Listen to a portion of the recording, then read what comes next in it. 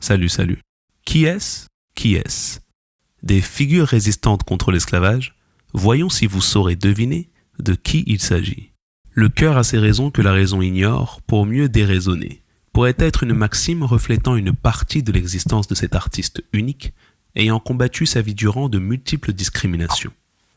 Dès ses premiers jours, en 1932, elle est emprisonnée alors qu'elle n'est qu'un bébé, parce que sa mère a revendu illégalement de l'alcool. À 16 ans, elle est enfermée une deuxième fois, à l'intérieur de son pays, au travers de l'un des systèmes racistes les plus féroces qu'il ait existé, l'apartheid. La musique fait déjà partie intégrante de sa vie, et celle-ci l'emmènera ailleurs, de gré, lorsqu'elle se retrouve en Europe pour la promotion d'un film anti-apartheid dans lequel elle joue.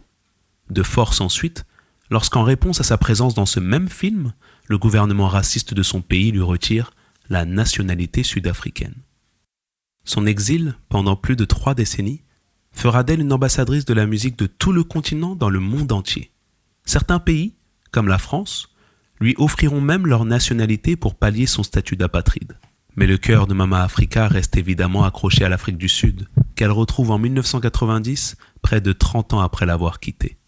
Et c'est ce cœur qui, après une crise cardiaque, s'arrêtera de battre, juste après avoir chanté son plus grand titre, Pata Pata, lors d'un concert contre la mafia en Italie. Le cœur a ses raisons que la raison ignore donc. Mais la raison nous dit que le cœur de celle dont le premier prénom était Zenzile défendait des causes que nulle raison ne peut ignorer. Alors, avez-vous deviné? C'était Myriam Makeba. Retrouvez le reste des vidéos sur le site de la Casden Banque Populaire. Les 20 figures résistantes contre l'esclavage est une exposition de la Fondation pour la mémoire de l'esclavage, coportée par la Casden Banque Populaire, banque coopérative des agents publics. C'était Mouhamadou pour l'écriture et la voix, et Adrienne à l'illustration. Allez, salut.